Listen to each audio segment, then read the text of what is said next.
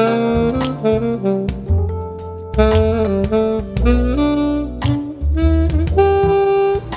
hello and welcome to my channel. Thank you so much for coming. My name's Lyndon and it's a pleasure to have you here.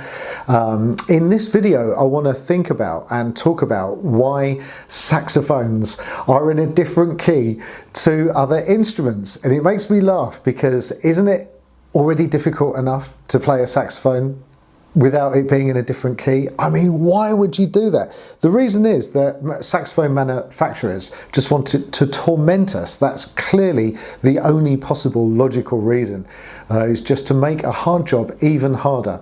That's actually not the reason. And in actual fact, the reason is the opposite of that. So we're going to explore the reasons why saxophones are in a different key, and I'm going to throw everything that I have at that so that hopefully by the end of this video you'll understand.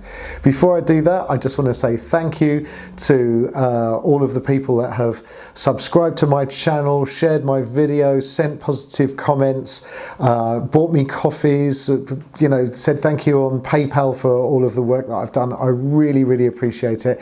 It helps me pay my mortgage one day. I really hope that I'll be able to clear my mortgage. It's not going to happen anytime soon, so you're helping me a lot. So thank you so much for that. I really do appreciate it.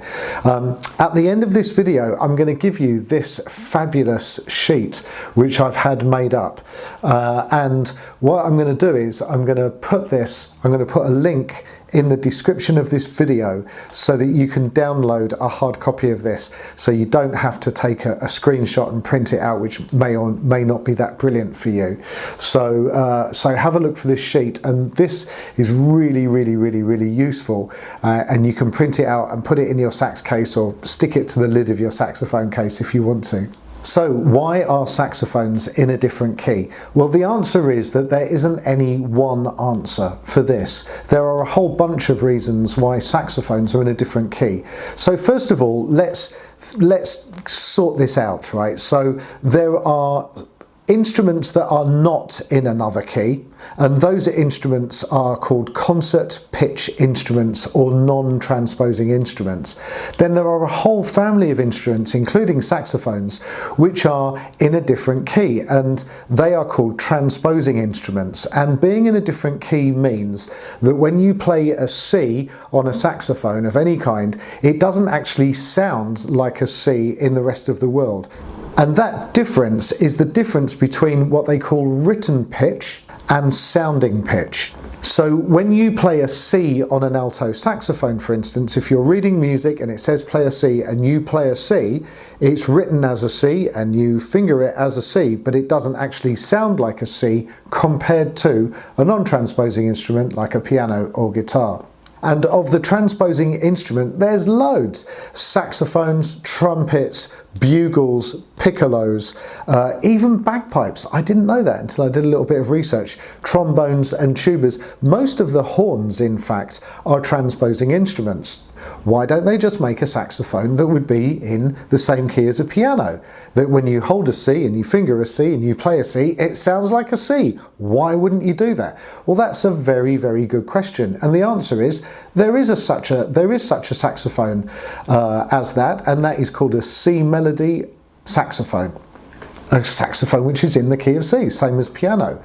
The thing is that manufacturers kind of discovered that due to the length of the pipe, if there is an optimum pipe length. So a saxophone is essentially a long pipe that has been curved over so that you can get it in a case and you can get the whole thing on a bus without, you know, can you imagine if it didn't have that curve in it, it'd be really long. And there is an optimum length to the pipe. If it's a certain length, the sound wave is more stable and resonates better, you get better intonation and you get better projection at certain lengths compared to other lengths. And apparently, now I'm not a saxophone manufacturer, I'm only telling you some of the research that I've done on the net. Apparently C melody saxophones struggle with intonation and pitch and projection, and they just don't sound as nice. Whereas if you, and a C melody saxophone is a kind of hybrid somewhere between an alto and a tenor. And actually, if you make the pipe a little bit longer, like you do on a tenor saxophone, or a little bit shorter, like you do on an alto saxophone, then the sound wave that going through that pipe remains a lot more stable. Now, clearly on a saxophone, if you think about your alto saxophone, your alto saxophone does not cover the entire range of a piano. In fact, saxophones, they only really have about 2.5 octaves unless you go up into the altissimo range. The actual keys on the instrument only cover a range of about 2.5 octaves. So in order to cover a wide range, I need an alto saxophone and a tenor saxophone and maybe a soprano saxophone and a baritone saxophone to cover a nice wide range of sound for orchestras and stuff. Now here's the thing, if you make the length of pipe at an optimum length and you turn it into a saxophone, if you hold a C on an alto saxophone and you call that how it sounds on a piano. So in other words, if I hold a C on an alto saxophone, it will sound like an E flat on a piano. Now if I call that an E flat on this alto saxophone, when I go to pick up a tenor saxophone, it won't be the same note. So in other words, if I hold a C on a tenor saxophone, I'll have to call that something different. So in order to standardize the fingering throughout the range of instruments, so you can pick up any saxophone, and let's say if you hold 3 fingers down with your left hand, it will be a G on an alto and it will be a G on a tenor, and that is written pitch, not sounding pitch. It won't sound like a G compared to a piano. So that is the main reason why your saxophone is a transposing instrument. It's actually for your convenience, because if it wasn't a transposing instrument, you would have to learn all of the fingerings on a tenor saxophone would be different names to what they are on an alto saxophone, which would be a massive pain in the neck. And so this way you can have a standardized fingering throughout all saxophones. Whichever saxophone you pick up, you just have to learn one set of fingers. It would be a nightmare if you had to pick up a saxophone and it was a completely different set of fingering for the other members of the saxophone family, like tenors or baritone. Transposing for tenor saxophone, you're just going to go up a whole tone. So if your friend comes around and he wants to play, they want to play their guitar or they want to play their piano and they're in the key of C, you just add a whole tone and you're in the key of D. So you just, whatever pitch they're in, you just go up one pitch, and that's easy to transpose for tenor saxophone. The way that I think about transposing for alto saxophone is that I am 3 semitones lower than concert pitch. Whichever way you think about it, what I have done for you is I've written out this chart, and this chart here tells you, well, my friend comes around and he wants to play, he or she wants to play F on their guitar or piano. They want to play F major, and if they want to play F major and I want to play my alto, I'll be playing D major on my alto or G major if I'm playing my tenor saxophone.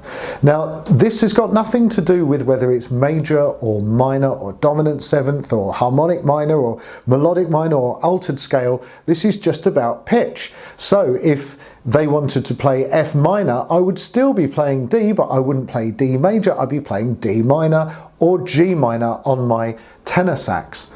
So, and if they said, well, I'm playing an F dominant 7, I'd be playing D dominant 7 on my alto sax and G dominant 7 on my tenor sax. And I kind of labour this point because in my experience this is something that people often get confused about. They get confused between pitch and the type of scale that's being played. The type of scale that's being played is going to be the same no matter what instrument or what pitch you're in. The type of scale, with major, minor, dominant 7th, harmonic minor, whatever, that's all going to be the same.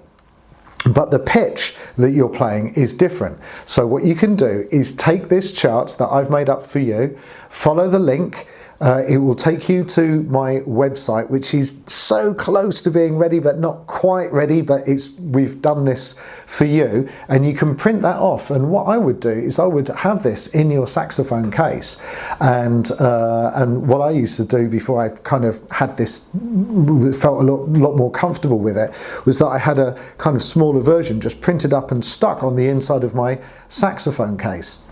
If you play in a band or something, you can't expect the other members of the band to perhaps know that alto or tenor saxophones aren't in the same key as their instruments. If you're in a funk band or a pop band or a rock band or something, don't assume that the guitar players and the piano players would know that. They're not going to tell you what key you need to play in. You've got to be able to work out what key you're in. So I hope this is useful to you. Please go off and print the download and let me know what you think. Let me know what you think about this video. Was it useful to you? Did I explain this well? If I did, then please leave me a comment, or if I didn't, please leave me a comment. And if you have any suggestions about stuff that you'd love me to make tutorials about, please do let me know. I hope you found that useful, and I'll see you in the next video. Okay, take care. Bye-bye.